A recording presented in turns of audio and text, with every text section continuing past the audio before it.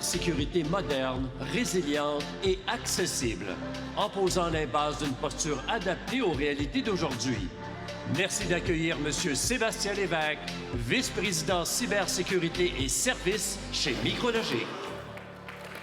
Yes. Très cool. Merci beaucoup à tout le monde d'être là.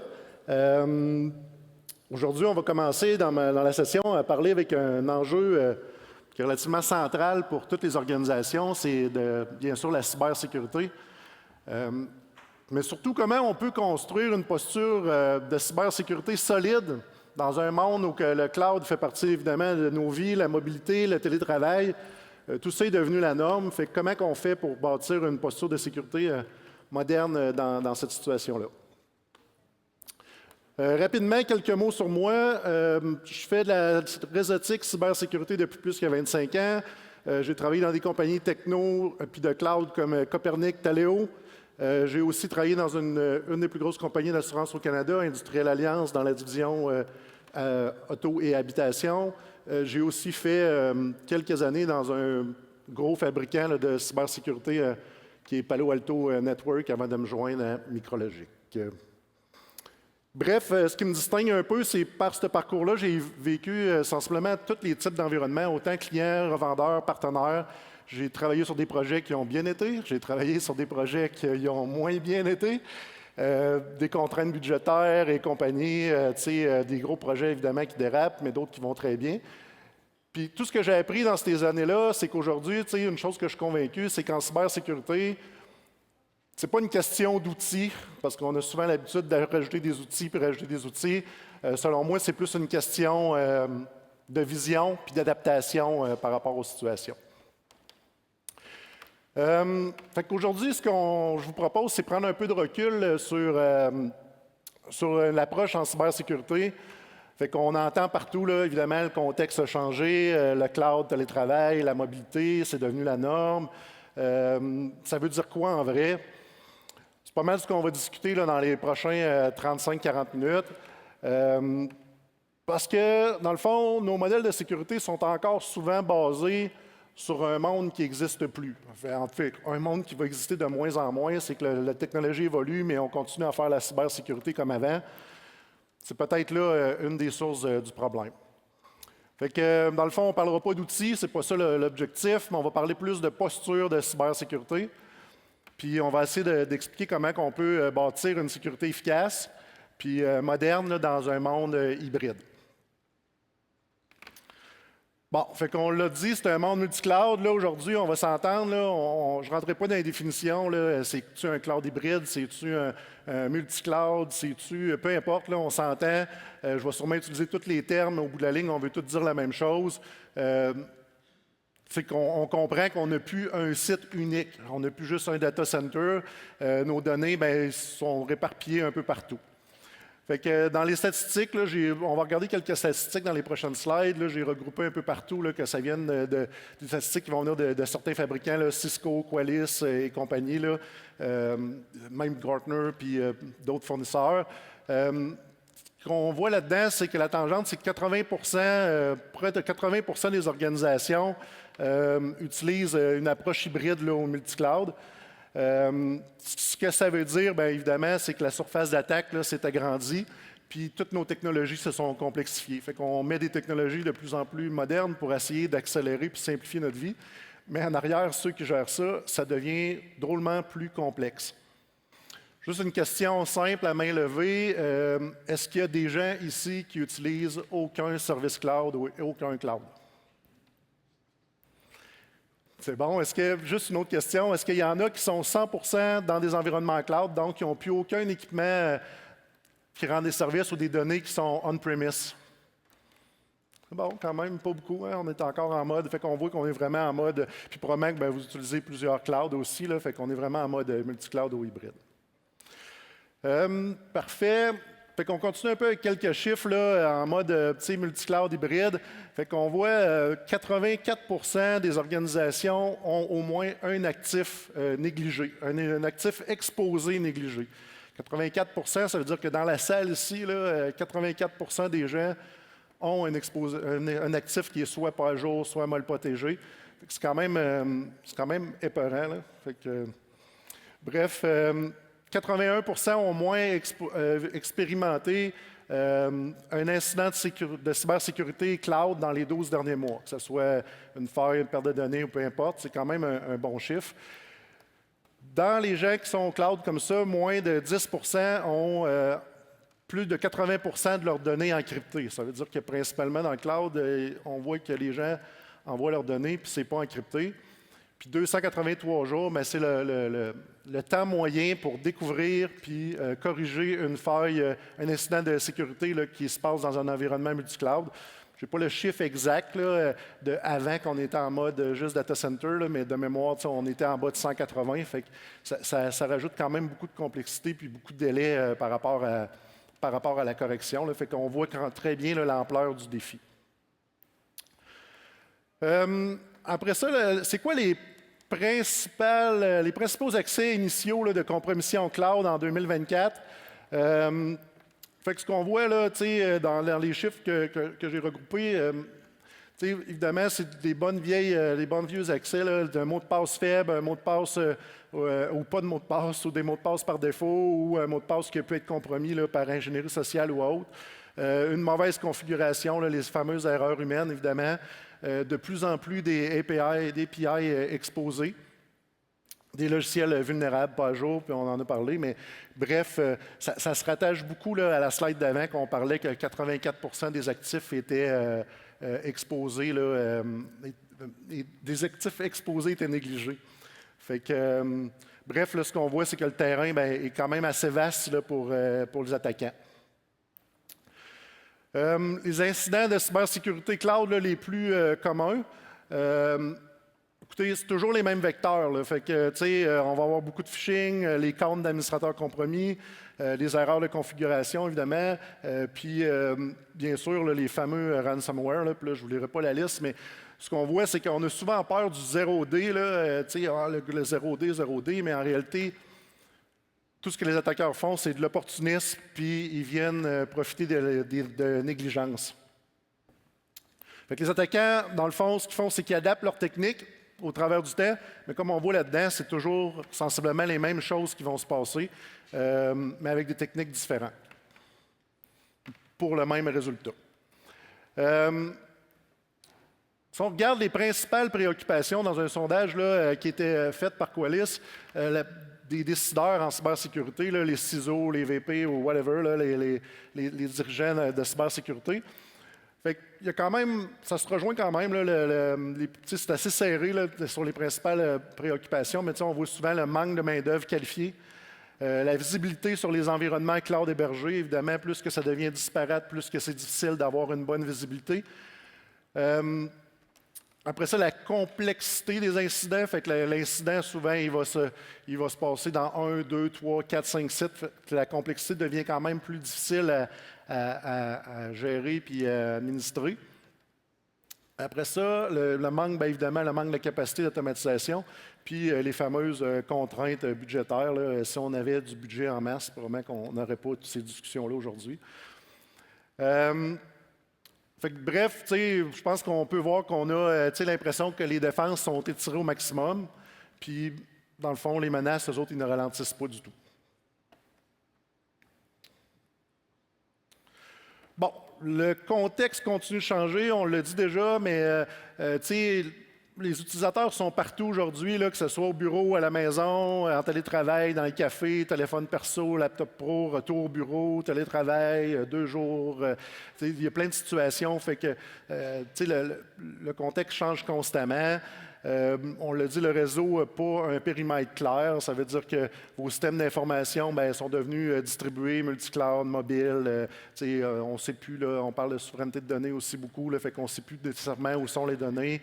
Il y a plein de nouveaux termes qui sont apparus au travers du temps là, pour essayer d'amener des problèmes, pas amener des problèmes, mais amener des corrections.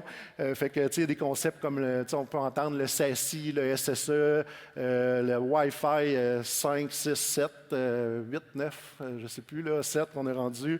Le fameux Zero Trust qu'on entend beaucoup. Puis l'arrivée de l'intelligence artificielle, évidemment, qui vient amener des avantages, mais qui vient amener aussi certains inconvénients d'un point de vue de cybersécurité. Bref, tout ça nous montre que la surface d'attaque continue d'augmenter. Puis en parallèle, les menaces, les autres, ce qu'ils font, c'est qu'ils sont de plus en plus rapides. Puis évidemment, l'automatisation des attaques qui sont faites, on pourrait en parler longtemps. Puis les ransomware, avant, qui étaient portés souvent à attendre de plus en plus longtemps dans l'environnement, ils attendent de moins en moins longtemps, fait que c'est de plus en plus pressant. Ce qu'on disait avant, c'est est-ce que je vais être attaqué? On se posait la question, c'est pas savoir si je vais être attaqué, c'est de savoir quand je vais être attaqué. Moi, aujourd'hui, je suis plus du type à dire est-ce que je vais être attaqué? Oui, la question est bonne, mais la vraie réponse, c'est est-ce que je suis prêt à voir les attaques à temps, puis surtout, est-ce que je suis prêt à réagir rapidement, puis j'ai tout ce qu'il faut, puis j'ai les bons processus pour arriver à mes fins, pour contenir ce qui peut se passer. Pourquoi changer maintenant? Évidemment, ça ressemble peut-être à l'autre slide, mais la réalité, c'est peut-être pas une vraie question, c'est qu'il aurait fallu probablement changer beaucoup avant. Aujourd'hui, on se pose la question aujourd'hui, pourquoi changer? Mais il aurait fallu changer avant. Souvent, les besoins, on le sait, quand il y a admin de réseau, admin système ou de sécurité, les besoins vont très vite. Puis souvent, ce qu'on fait, c'est qu'on en rajoute par-dessus la stack, puis on rajoute au lieu de corriger ce qu'on a déjà en place. Fait que ça devient des fois quand même difficile de trouver le juste milieu là-dedans. Bref, puis là, il y a d'autres choses, la pression réglementaire, évidemment. Est arrivé la loi 25, entre autres, puis il y a plein d'autres puis c'est une bonne affaire, en fait, mais ça rajoute quand même la pression aux équipes qui étaient déjà surchargées, puis il n'y a pas eu beaucoup d'embauches de plus pour faire ces choses-là, souvent. Bref, les environnements sont rendus complexes. En bref, ce qu'on veut dire par cette slide-là, c'est qu'il ne faut pas juste améliorer nos outils. Oui, il faut sûrement améliorer les outils, mais pas juste ajouter des outils, mais il faut vraiment repenser à notre posture de sécurité globale. Si on regarde les défis de cybersécurité à l'ère du cloud hybride que moi j'ai vu dans mon expérience au fil des années, puis en parlant avec les clients, il y en a quelques-uns. On a beaucoup d'angles morts. Il y a beaucoup, évidemment, de shadow IT qu'on peut rentrer dans les angles morts, mais ça devient quand même de plus en plus difficile à gérer. La première chose, c'est la visibilité des actifs puis les données et réponses aux incidents. On le dit, on a de la misère souvent à savoir où sont réellement nos données. Quand on demande une donnée spécifique, est-ce que c'est institué dans un cloud privé, dans un cloud public, c'est-tu on-prem? On a vraiment de la misère aussi à avoir une visibilité sur les workloads dynamiques. Ça, c'est une nouvelle réalité. Les containers, les VM qui sont de courte durée, VM éphémères, les applications SaaS. Puis là, on se ramasse avec des logs, des journaux d'événements qui sont souvent situés dans plusieurs environnements. La corrélation devient quand même difficile. Évidemment, on a des SOC, mais vu que c'est un peu partout, c'est éparpillé, mais on se ramasse avec des détections tardives. Le contrôle d'accès et la gestion de l'identité, le multifacteur, souvent aussi, on nous parle du multifacteur, mais on parle aussi du contrôle d'accès. Souvent, on va se ramasser avec soit plusieurs systèmes d'authentification dans divers clouds, on peut se ramasser avec des droits trop larges, ce qui amène un concept de shadow admin. Ça veut dire que c'est quelqu'un qui réussit à avoir quasiment les full droits d'admin, mais en cumulant certains droits d'accès. Ça, évidemment, ça devient quand même problématique. C'est quelque chose qu'on voit souvent. Évidemment, la surface d'attaque s'est élargie, on en a parlé. Chaque cloud, différents API, il y a plein de connexions, il y a des VPN, des points d'entrée. Ça devient quand même plus difficile de gérer les vulnérabilités, puis de détecter les failles potentielles qu'on peut avoir. La gestion et configuration, puis les erreurs humaines, évidemment, la mauvaise configuration dans le cloud, c'est souvent, selon moi, la première clause de brèche. On a des gens qui ont de bonne foi, qui travaillent très fort, qui apprennent souvent sur le tas où ça va vite. Souvent, ça va créer des brèches, ça va créer des erreurs. Peut-être qu'en ajoutant certaines automatisations, puis des postures de sécurité, ça va changer. Mais bref, on va en reparler plus tard. Après ça, on a les interconnexions réseau, fait que le réseau hybride, fait que là, évidemment, comme on est disparate, on commence à avoir des environnements partout, puis qui est très bien d'ailleurs, on profite des bonnes choses, mais ça amène des défis comme avec les MPLS, on a le SD-WAN qu'il faut ajouter, des VPN, les interconnects cloud, fait qu'on a, en fait, tout ça devient quand même des points de fragilité là, qui devient quand même difficile à gérer et à suivre. Ensuite de ça, on a le problème de la cohérence des politiques de sécurité. Fait qu'on parlait de la sécurité de l'interconnexion. Chaque interconnect, souvent, va nécessiter un pare-feu, va nécessiter des équipements. Fait qu'on va se ramasser avec des règles qui sont pas uniformes d'un pare-feu à l'autre ou d'un équipement à l'autre. De la firewall, les segmentations réseau devient quand même des fois complexe, plus on rajoute des réseaux, donc ça devient quand même difficile d'avoir une cohérence de politique de cybersécurité. Souvent, le fabricant de firewall, il va dire « Moi, j'ai un outil pour tout unifier », mais encore là, des fois, ça reste quand même complexe parce qu'aussi, chaque fournisseur cloud a ses propres outils de sécurité, fait qu'on va se mettre à utiliser. Bref, on devient avec une stack assez costaud. La conformité et la souveraineté des données, évidemment, on vient avec des respects réglementaires, que ce soit la loi 25 ou le RGPD pour certains, dépendamment où vous faites affaire.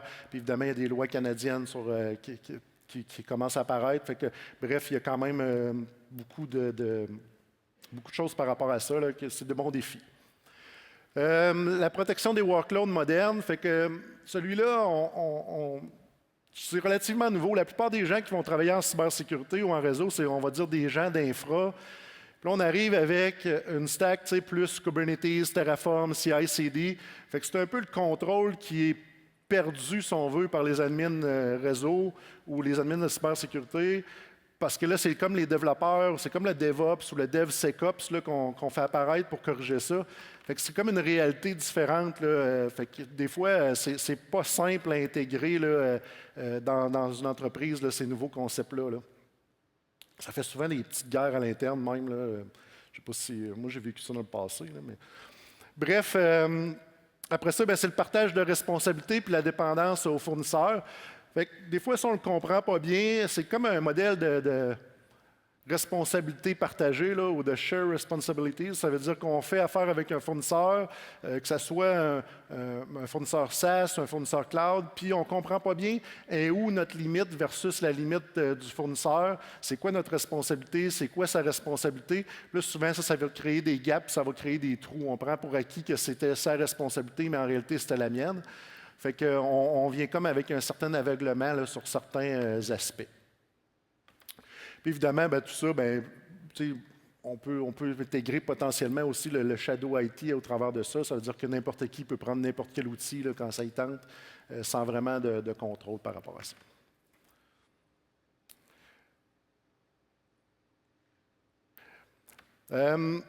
Ça, c'est une analogie. J'assistais à une présentation d'un partenaire il y a quelques semaines, puis il y avait une analogie sur comment se produisent les brèches de cybersécurité. Fait que j'ai décidé de l'ajouter un peu, de m'en inspirer, puis de l'ajouter à la présentation parce que je trouvais que c'était quand même très bien imagé. Fait que ça, on vient dans le temps, on a un voleur, un bon vieux voleur de quartier résidentiel, de maison. Fait que lui, ce qu'il fait, c'est qu'il cherche un quartier résidentiel où commettre son larcin. Fait que qu'est-ce qu'il fait souvent? Il va trouver le quartier résidentiel, puis évidemment, il va s'attaquer à la maison la moins bien protégée. C'est rare qu'il va sauter sur la maison avec 3 Doberman, des caméras, puis des choses comme ça. Il va essayer de prendre la maison la moins bien éclairée, puis qui voit clairement le moins bien protégée. Une fois qu'il va être rentré à la maison, qu'est-ce qu'il va faire? Il va faire des mouvements latéraux à l'intérieur des pièces, puis il va essayer de trouver tous les objets de valeur. Puis une fois qu'il va avoir trouvé les objets de valeur, qu'est-ce qu'il va faire? Il va sauver avec l'argent les bijoux, puis il va aller les revendre au pawn shop, là, ou peu importe où il va les revendre. Là, mais... c'est le même principe qu'on peut appliquer, si on veut, au cloud ou à nos nouveaux environnements là, présentement. Fait qu'on a un acteur malveillant. Lui, dans le fond, ce qu'il va faire, c'est qu'il va faire la recherche de surface d'attaque, que ce soit VPN, firewall non à jour, etc. Puis là, par diverses techniques, souvent, il va réussir à compromettre un système souvent les moins bien protégés. Fait qu'il va aller voir avec les usagers qui sont. Ben, il va avoir des accès usagers, il va faire de la vulnérabilité, il va se servir de vulnérabilité, là, un peu ce qu'on a vu tantôt. Puis il va réussir à rentrer dans l'environnement. Souvent, il peut être là 1 mois, 2 mois, 6 mois, ou peu importe. Puis il va se promener d'un environnement. Là, dans l'exemple, il y a juste le cloud A, là, mais il va aller d'un cloud A, d'un cloud B, puis il fait des mouvements latéraux, puis il s'installe, puis il va chercher ce qu'il a besoin. Puis évidemment, il va prendre les données de valeur. Puis souvent, qu'est-ce qu'il va faire? Il va les encrypter avant de partir, les données de valeur. Puis après ça, il s'en va avec les données. Puis là, il va les revendre sur le dark web où il va faire la demande de rançon. Fait que c'est un peu l'image de ce qu'on vit. Si vous avez suivi un peu, puis là, je cherchais des fois un exemple d'événements de cybersécurité multicloud. Puis si vous suivez un peu les médias dernièrement, la semaine passée ou l'autre, il y a eu l'événement avec Drift à l'intérieur de Salesforce. Donc, c'est un partenaire en application SaaS. Puis là, à partir de cette application-là, il réussissait à faire un mouvement latéraux à l'intérieur de Salesforce, puis après ça, à l'intérieur de Gmail, toujours en se servant des tokens parce qu'il y a un trust qui est fait entre ces différents environnements-là. Fait qu'on voit quand même un seul partenaire on va dire négligent, là, je ne veux pas trop les accuser non plus, mais un seul partenaire, une seule entrée qui permet après ça de se promener d'un environnement dans un service SaaS ou d'un service cloud à l'autre à partir d'un accès compromis. Fait que c'est vraiment un effet domino. Là. Fait que là, on vient de le regarder imagé, fait que on va le regarder un peu, dans la vraie vie, ça ressemble à quoi? Fait que là, j'ai pratiqué mes animations PowerPoint.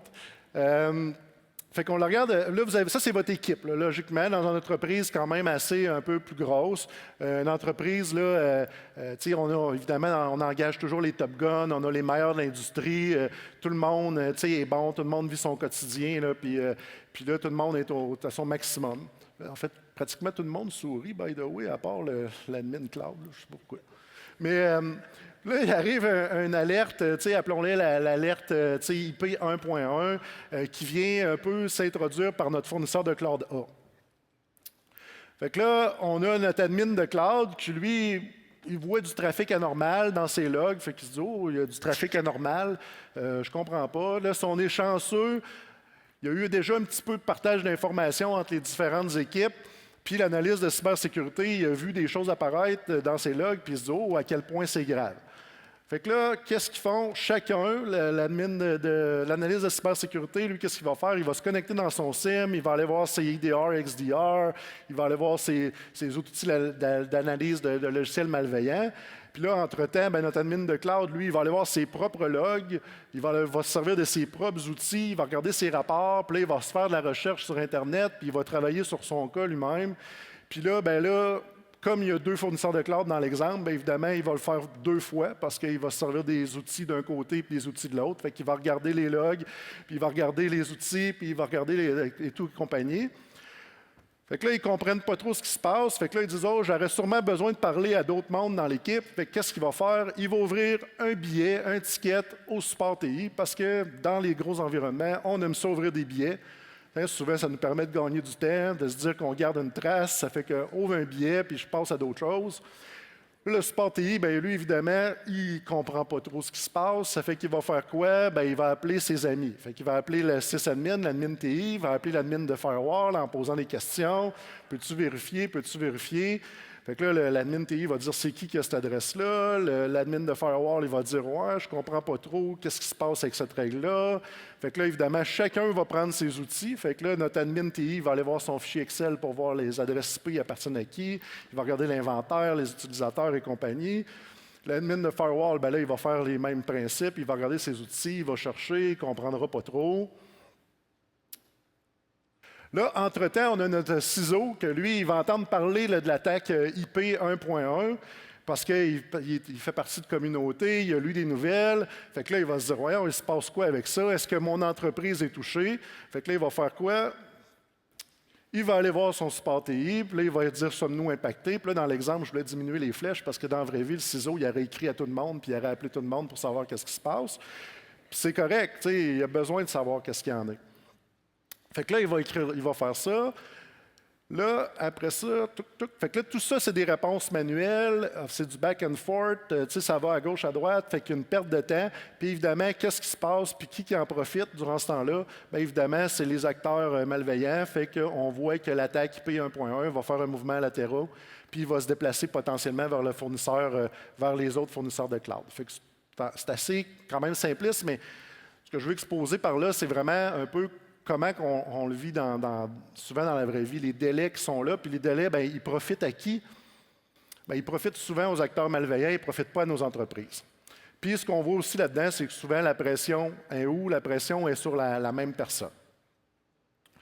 Fait que les inconvénients, évidemment, associés à cette approche-là, qui ressemblent potentiellement à la vraie vie de ce que vous vivez aujourd'hui, c'est les temps de réaction vont être évidemment beaucoup trop longs. Pendant qu'on cherche à utiliser quel IP, évidemment, bien, tout va se passer en arrière-plan. On a des équipes qui travaillent en silo. Je vous disais tantôt, c'est une équipe de Top Gun. Les gens s'entendent super bien. Probablement qu'ils se croisent à la machine à café quand ils sont au bureau. Mais dans la vraie vie, c'est moi, je m'occupe de mon cloud. Je ne veux pas te partager mes logs. C'est mon cloud, c'est mes affaires. Mais là, le gars, lui, il dit ouais, mais moi, j'ai besoin des logs pour faire ça. Fait que souvent, ben, puis là, quand il arrive un incident, ben, il dit tu m'appelleras. Mais oui, mais quand je t'appelle, j'ajoute des délais. Fait que chacun son carré de sable. Fait que souvent, ça va travailler en silo. Oui, il va y avoir de l'automatisation aussi, mais ça va être de l'automatisation en silo. Il y en a un qui va automatiser sa propre stack, mais il n'automatisera pas la stack de l'autre côté. Puis là, même pire, souvent, ils vont se prendre des outils différents. Puis là, ben, on a parlé des outils. Fait que quand on est dans le cloud A, on prend les outils propriétaires du cloud A. Dans le cloud B, les outils propriétaires du cloud B. Et vous comprenez le principe. Fait que ça fait une charge opérationnelle énorme. Ça met de la pression toujours sur les mêmes personnes. Puis évidemment, bien, ça amène les erreurs humaines, là, la fatigue, la fatigue des techniciens, si on veut, là, ou l'erreur fatigue ou whatever. Fait que, bref, ouais, c'est ça. Fait que ça ressemble pas mal à ça. Fait que là, moi, je propose que nous, on a proposé, c'est une posture moderne pour contrer ça, pour arriver vers une posture moderne en cybersécurité. On y va avec 5 piliers. Là, on s'entend. Probablement que tout le monde pourrait dire oui, mais on pourrait rajouter ça, vous avez raison, mais ils vont probablement être inclus dans ces 5 piliers-là. Fait qu'avec les 5 là d'expérience, on pense qu'on couvre sensiblement, on couvre 100% de la stack. Fait qu'on va les regarder vite, puis on va passer une slide sur chacune par après. Évidemment, le fameux Zero Trust, fait qu'on n'a jamais faire confiance par défaut. La sécurité des accès, fait que tout ce qui est MFA, les segmentations, les accès conditionnels. La surveillance en continu, ça veut dire qu'on veut faire, évidemment, améliorer la détection par la corrélation des logs. Ça va nous permettre de faire une réponse rapide. La résilience, fait qu'on parle vraiment de backup, de sauvegarde, du plan de reprise après sinistre, puis évidemment, les tests de restauration, on va en reparler. Puis, développer au sein de mon entreprise une culture de cybersécurité par la formation, la gouvernance et l'implication des utilisateurs. Fait que si on regarde le premier pilier, le Zero Trust, bon, la première des choses, Zero Trust, je comprends que c'est un buzzword, on l'entend depuis longtemps, fait qu'il y a plein de définitions. On ne se rensera pas là-dedans aujourd'hui parce que j'aurais pu faire 2 heures juste à parler de Zero Trust. Ça sera peut-être le sujet l'année prochaine, sur comment nous on le voit, mais en arrière de Zero Trust, il y a quand même un principe qui est quand même très important.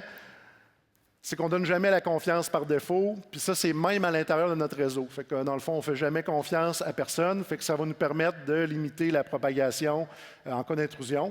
Puis évidemment, l'objectif, c'est réduire la surface d'attaque, le fameux mouvement latéral, là, qui est quand même un bon défi. Parenthèse, tu sais, Zero Trust, je vous dis, c'est pas simple, il y a plusieurs définitions. Je pense que c'est important de votre entreprise d'avoir votre bonne définition. La semaine passée, je lisais, je pense, sur un site web de CISO, tu sais, qu'il y avait des sondages, puis ça disait que 88% des CISO ont de la difficulté à implanter le Zero Trust à l'intérieur de leur entreprise. Fait qu'il y a plusieurs raisons pour ça. Évidemment, c'est pas simple, mais c'est quand même le pilier les plus... Pour moi, là, je trouve que c'est le pilier le plus important. Fait qu'il y a quand même des bons défis. C'est important de faire une bonne définition de Zero Trust pour votre entreprise pour commencer. On va en reparler un petit peu plus tard de Zero Trust. Deuxième pilier, sécurité des accès, MFA, évidemment. Là, la plupart des attaques vont exploiter une faille humaine. Fait que des mots de passe volés, des sessions compromises et compagnie. Fait que le MFA, ben, c'est une réponse relativement très simple là, pour gérer l'identité et limiter la gestion des privilèges. Bref, si on peut dire une chose sur cette slide-là, aujourd'hui en 2025, vous ne devriez plus avoir aucun déploiement de service ou d'application qui contient des données qui n'a pas de MFA. Là. Je pense que c'est assez la base. La surveillance en continu, fait qu'avoir un incident, on va se le dire, c'est pas une faute. Ça arrive à tout le monde. Ne pas le voir à temps, par exemple, ça, c'est une faute. Fait que c'est là que ça devient quand même critique. Si vous ne voyez jamais rien, by the way, présentement, dans votre vie, si vous ne voyez jamais d'attaque, posez-vous des questions, c'est pas normal. Vous devriez voir au moins, avec les systèmes que vous avez, certaines tentatives, là, du moins sur vos pare-feux. Dans un environnement hybride puis multicloud, là, les attaques ne sont pas, comme on dit tantôt, sont pas instantanées comme avant. Souvent, ils vont trouver une porte, ils vont s'installer, ils vont observer, ça va se déplacer latéralement, puis au bon moment, ben, ça va attaquer, puis ça va lever des flags. By the way, j'étais à RSA, une conférence RSA, puis il expliquait, puis je pense qu'on commence à le voir, c'est qu'à cette heure, ils réussissent à rentrer, évidemment, puis ils volent les données, puis ils ne prennent même plus la peine de les encrypter. Là. Ils font des menaces carrément en disant « je vais libérer tes données, une rançon ». Fait que, avant, quelqu'un est encrypté, même si on dit pas payer, payer la rançon et récupérer leurs données. Maintenant, ils ne prennent même plus la peine de les encrypter, ils volent les données, puis ils font des menaces pour aller chercher l'argent. Fait que tout ça peut se corriger là, de plusieurs façons, que vous ayez avec un SIEM, avec vos produits XDR, avec un SOC, que ce soit un SOC interne, un SOC géré, mais évidemment, l'important, ça prend une bonne collaboration des équipes, parce que si vous avez un SOC et que la moitié des logs ne sont pas partagés avec le SOC, ça ne donne pas grand-chose. Fait que c'est important de faire travailler vos équipes ensemble dans un but commun là, pour l'entreprise, évidemment. Le pilier résilience, pardon. Fait que comme aucune défense est parfaite, bien évidemment, la meilleure prévention, c'est d'avoir des bons backups, des bonnes copies, des bonnes capacités de reprise après sinistre pour être en mesure de redémarrer rapidement. D'avoir des backups qui sont immuables, déconnectés, testés hors site. Puis ensuite de ça, il faut avoir un bon plan de reprise après sinistre, idéalement pas sur un document Word, sur une clé USB, dans un tiroir qu'on ne regarde jamais. C'est important de faire au moins, que ce soit des tabletops ou des pratiques sur de faire des simulations, en fait, là, par rapport à ça. La résilience, c'est vraiment la différence entre une entreprise qui va se faire compromettre, qui va prendre des semaines à revenir, ou qui va prendre quelques heures à être en mesure de revenir en affaires. Si c'est un sujet qui vous intéresse, dans la salle Rifle, après cette session-ci, je crois, on a une session là, dédiée là, principalement à ça. Bon, le dernier pilier qui est probablement le plus sous-estimé, c'est vraiment la culture de cybersécurité. C'est sûr que ce n'est pas évident. Quand on travaille dans une compagnie technologique, souvent c'est plus facile d'avoir une culture de cybersécurité. Quand on travaille dans une entreprise qui fait autre chose, des fois ça peut être plus difficile parce que ce n'est pas la mission première de l'entreprise. Mais en réalité, les employés, c'est votre meilleur allié. Peut être aussi votre maillon le plus faible, mais il faut le voir comme étant votre meilleur allié. Il faut faire en sorte que chaque employé soit en mesure de reconnaître une situation, puis de prendre les bonnes actions, puis de cliquer au bon endroit, au bon moment. Puis il faut en fait les responsabilités. Le but, ce n'est pas de leur faire peur, c'est vraiment de les responsabiliser. Puis dans tout ça, c'est important d'avoir l'appui du leadership de l'entreprise. Il faut que ça vienne souvent du leadership de l'entreprise. Fait qu'il y a une phrase à retenir pour ce pilier-là, c'est « on est aussi fort que notre maillon le plus faible ». Quand on a regardé les piliers, oui, on peut se servir des piliers, c'est une base pour renforcer notre posture de sécurité. Mais il faut penser l'évolution, puis il faut arrêter de faire son périmètre de sécurité comme on le faisait avant. Fait que si vous êtes dans le cloud puis vous pensez encore, faut que je déploie un pare-feu ici, un pare-feu à mon site là, un pare-feu là-bas, on n'est pas vraiment dans une posture moderne. Là. Demain, c'est là qu'on va reparler un peu de concept zéro trace. Si on regarde l'évolution de votre environnement au fil du temps, Parfait. Fait que ça, c'est un peu comme ça que ça a commencé, votre environnement. Fait que vous avez l'Internet, vous avez un pare-feu, du routing, vous avez vos segments réseau à l'interne, une bonne vieille DMZ, vos workloads, que ce soit le bureau chef ou le centre de données, puis vous avez des équipements OT qui sont au travers de tout ça. Fait que là, à un moment donné, les utilisateurs ils ont dit « Moi, je veux travailler de la maison. » On a des partenaires à l'externe, fait que leur connexion Internet. Fait que là, on s'est dit, ouais, qu'est-ce qu'on fait? Fait qu'on va leur faire des tunnels VPN. Fait qu'on les branche avec un bon vieux VPN qui vont connecter sur notre pare-feu au site. Puis on maintient les règles manuellement sur ce site-là. Fait que là, évidemment, au travers du temps, il est arrivé plein d'applications, plein d'applications SaaS, plein de services publics. Là, il est arrivé la COVID. Fait que là, tout le monde s'est mis à se connecter au bureau. On saturait les liens, on saturait les environnements, puis là, la performance était déficiente, puis là, notre utilisateur qui, lui, à la maison, écoutait du YouTube ou faisait tous ses meeting Teams par le lien VPN, mais on s'est dit, on a une bonne idée, on va te faire un split tunnel. On va séparer ton tunnel, fait que le trafic qui te prend trop de bandes passantes, on va l'envoyer directement par Internet. Fait que c'est fantastique, on a notre tunnel VPN, c'est une fausse, évidemment, situation, une fausse impression de sécurité, parce que le trafic, c'est assez aléatoire, ça fait potentiellement une porte d'entrée. Là, je pense que vous comprenez le principe. Là, l'entreprise a grandi, on s'est ouvert des succursales, plusieurs bureaux. Chaque bureau a son pare-feu, chaque bureau a ses routeurs. Fait que, évidemment, chaque fois qu'il y a une mise à jour, qu'il y a une patch sur les pare-feux, je dois faire le tour. S'il y a une règle, je dois la changer. Je pense à mon utilisateur VPN que lui connecte au bureau principal. Et quand il y a besoin d'aller sur la succursale, il faut refaire d'autres règles. Souvent, on a moins d'accès au bureau, puis quand on est en VPN, on a plus d'accès, fait que ça devient fantastique. Fait que j'ai déjà vu du monde qui se connectait VPN à partir du bureau. Fait que là, pour contrer ça, on s'est dit, on va mettre des liens MPLS, c'est fantastique. Fait que là, on a toujours des choses à maintenir. Évidemment, plus qu'on a de sites, plus qu'on en a à maintenir. Il est arrivé, évidemment, le cloud, vos services cloud IaaS. Fait qu'on a fait des direct connect, on fait des express routes. Fait que toujours plus de choses à maintenir. Évidemment, toujours pas plus de personnel. Puis là, après ça, on s'est dit, la nouvelle invention, on va mettre du SD-WAN, on va éliminer les MPLS. Fait que la vie va bien, là, tout est beau. Puis là, dans tout ça, ce que je n'ai pas mentionné aussi, c'est que souvent, on n'a pas tant d'inventaire à jour de nos actifs. Hein. Fait que, si je demande à quelqu'un ici, peux-tu me sortir l'inventaire de tous les services? Ça risque d'être partiel un peu, là, ou ça risque d'être un défi. Là. Fait qu'on n'a pas d'inventaire. Fait que dans une situation comme ça, bien évidemment, c'est la vraie vie, là, on ne se le cachera pas. Là, les gens sont souvent comme ça. Fait que qu'est-ce qu'on fait avec ça? L'architecture désirée, puis là, vous allez voir, là, le dessin devient simpliste, puis c'est volontaire, mais on reprend sensiblement les mêmes composantes qu'on avait avant.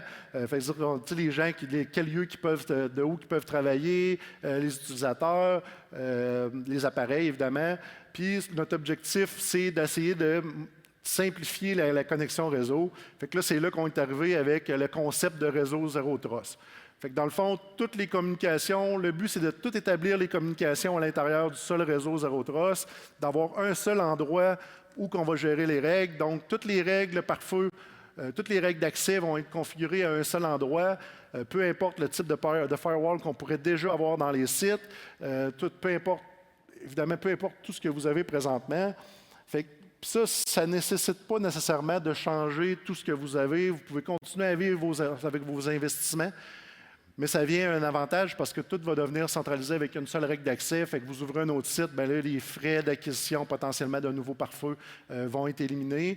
Puis évidemment, là, je ne vous parlerai pas aujourd'hui, mais on pourrait aller plus loin là-dedans. Je vais en parler vite. De plus en plus, on veut faire de DLP, on veut faire la décryption de trafic. Quand on a beaucoup de bandes passantes, il n'y a pas un pare-feu qui peut supporter la quantité de trafic souvent qu'on va faire. Fait que dans un réseau zéro trust comme ça qui va être en mode cloud, les environnements vont être augmentés à la demande puis ils vont être diminués ensuite de ça quand on n'en aura plus besoin. Fait qu'il y a quand même beaucoup d'avantages par rapport à ça.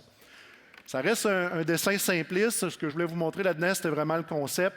Ça veut dire que si quelqu'un arrive avec sa carte de crédit un matin et qui dit « Hey, moi, ça me prend ma nouvelle application SaaS, que je ne parlerai pas avec les TI », avec un modèle comme ça, il sera prêt à le faire parce que tout le trafic doit être géré par un seul endroit. Fait que ça devient vraiment facile de contrôler où sont les accès, où vont les données. On vient d'éliminer tous les mouvements latéraux potentiels avec un modèle comme ça, parce que ça devient comme je ne veux pas dire un hub central, là, mais bref, on n'a plus de table de routage à faire, la simplicité des règles devient facile. Quand notre fournisseur de pare-feu sort une faille critique, bien, je n'ai pas à m'en occuper parce que c'est à un seul endroit. Fait que, bref, si on regarde ça, bien, le réseau Zero Trust, bien, il va couvrir potentiellement tous les accès entrants-sortants. Là, je ne vous parle pas aussi à l'intérieur du périmètre. Là, on ne se rend pas là aujourd'hui, mais au niveau Zero Trust, on peut aussi couvrir à l'intérieur du périmètre.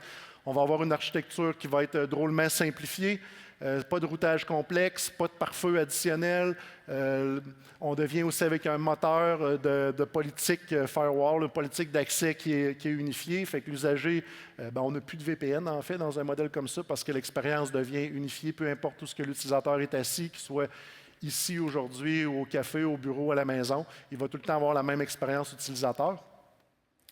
Fait que ça vient vraiment simplifier tout ça. Puis là, évidemment, souvent dans les solutions Zero Trust que nous, on offre ou qu'on peut regarder avec vous, il va y avoir l'intelligence artificielle qui va être ajoutée là-dessus, que ce soit pour la décryption, puis pour un paquet d'autres choses, là, pour le CASB, DLP. Là, puis là, je ne veux pas vous dropper tous les termes qu'on peut intégrer là-dedans. Fait qu'on devient vraiment avec une couverture complète, là, que ce soit au niveau menaces, données, applications cloud. Puis évidemment, ça devient une gestion simplifiée. C'est sûr que c'est quelques changements pour vos équipes. Évidemment, on a vu tantôt le modèle avec toutes nos Top Guns, mais tout le monde devient impliqué là-dedans. C'est juste la façon de faire. L'expertise est conservée, les gens sont conservés, mais c'est juste la façon de travailler qui devient différente. Ça fait qu'on devient vraiment beaucoup plus collaboratif par rapport à ça. Est-ce que ça couvre? Ouais. Bref, je vous ai fait ici un comparatif posture traditionnelle puis posture moderne. C'est plus une grille de lecture là, pour vous poser vous-même des questions. Ça vous permet de vous positionner un peu où ce que vous êtes aujourd'hui. Fait que si au niveau de vos accès, vous êtes toujours en mode VPN, c'est posture traditionnelle. Là. On se le dit tout de suite. Là, VPN, là, si vous parlez encore VPN traditionnel, vous devriez parler ZTNA, Zero Trust Network Access, l'accès conditionnel. Votre visibilité, si vous avez des journaux dispersés, bien, il est temps d'essayer de faire une centralisation puis une corrélation de tout ça.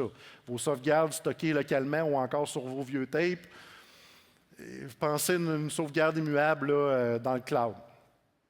Après ça, si vous avez une réaction, bien, votre temps de réaction, là, il y a juste vous qui le savez, mais évidemment, il faut penser à une réponse automatisée, rapide. Mais c'est peut-être pas le premier avec lequel je commencerai. Parce que les autres vont être plus bénéfiques, mais quand même, c'est un objectif qu'il faut atteindre. Puis la culture, évidemment, si vous avez une culture de réaction, ça veut dire que si vos équipes TI sont tout le temps surchargées ou en panique par rapport à des situations, bien, celui-là, il faut essayer de changer la culture là, par rapport à ça. Il faut enlever le mode réactivité. Mais encore là, si on pense au Zero Trust en premier, la réactivité, elle va se corriger automatiquement. Là.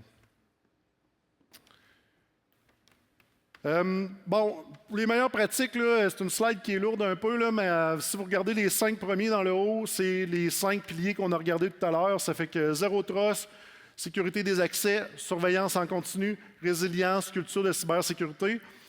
Les autres, je les ai mis là parce que ce que je voulais vous montrer, c'est que tantôt, on disait qu'il y a 5 piliers, mais là, on pourrait en avoir plein d'autres. En fait, tous les autres exemples viennent se greffer, à mon avis, à l'intérieur de ça. Là, Zero Trust pouvant passer la gratte sur plusieurs aspects. Là. Voilà, ça fait quand même beaucoup d'informations. Ce que je vous inviterais, vous pouvez, si vous avez une slide, en prendre en photo, c'est potentiellement celle-là. Dans le fond, qu'est-ce que vous allez faire retournant au bureau lundi, ou demain, on va dire, là, parce que vous devez aller travailler demain. C'est quoi que vous devriez regarder? Ça, c'est du questionnement que vous devriez vous poser. Est-ce que j'ai une stratégie claire et moderne au niveau de mes accès distants? Si j'ai-tu une stratégie ZTNA? C'est quoi que j'ai? Puis, si vous soyez, il y a probablement des ciseaux ici, il y a probablement des grandes entreprises, des petites entreprises, des gens qui ont plusieurs rôles, des endroits où que vous êtes 2, 3, 6 admins seulement. Mais c'est quand même des questions que tout le monde doit se poser ou que vous devez poser aux autres, mais vous devriez avoir ces informations-là. sais, c'est quoi ma stratégie VPN, ma stratégie d'accès, qui peut accéder à vos systèmes d'information à partir de où. Idéalement, même avoir un inventaire de vos données ou un inventaire d'actifs, ce serait l'idéal. Est-ce que vous avez testé vos sauvegardes récemment? Est-ce que vos copies sont immuables? Est-ce que vous avez un plan de continuité des affaires ou c'est vraiment dans un fichier Word à quelque part dans le bureau d'un gestionnaire? Après ça, est-ce que vos gens sont en mesure d'avoir venir une attaque, de protéger l'entreprise, évidemment? Tu sais, c'est quoi un phishing? C'est quoi les choses? Cette semaine, je lisais, là, puis je ne sais pas si vous avez vu ça. Tu sais, on dit souvent aux gens, regardez le lien où vous cliquez, puis là, j'oublie le terme, mais c'était comme google.com, mais les O étaient remplacés par un type de caractère quelconque qui ressemblait à des O, mais c'était pas vraiment Google. Fait que, mais évidemment, si on met notre souris au-dessus, on voit apparaître le lien, puis là, on est en mesure de s'assurer que c'est le bon endroit. Mais bref, tout ça vient avec la formation puis de l'implication des employés. Après ça, avez-vous une bonne segmentation réseau? Avez-vous une stratégie pour la segmentation réseau? Avez-vous du IoT? Parce que si vous avez du IoT dans votre entreprise, c'est encore plus valable pour vous. Faire la segmentation puis la protection de l'IoT, c'est pas simple, mais avec une bonne segmentation réseau, avec un zéro trust, c'est le type de choses, c'est le type de choses difficiles à sécuriser qui vont devenir plus simples à sécuriser. J'allais dire facile, là, mais il y a quand même des défis. Puis évidemment, est-ce que tout le monde est formé pour détecter les tentatives de phishing, malware ou autre appel d'ingénierie sociale? C'est ce qui complète la présentation pour aujourd'hui. J'espère que vous avez apprécié. Je vais être ici toute la journée, évidemment. Si vous avez des questions, vous voulez venir en discuter, vous êtes intéressé par les Zero Trust ou toutes ces autres discussions-là, vous avez des questions, vous voulez aller plus loin, on était à haut niveau, ça va me faire plaisir. C'est des sujets qui me passionnent, fait que gênez-vous pas. Fait que merci beaucoup, bonne convergence tout le monde, merci d'être présent avec nous.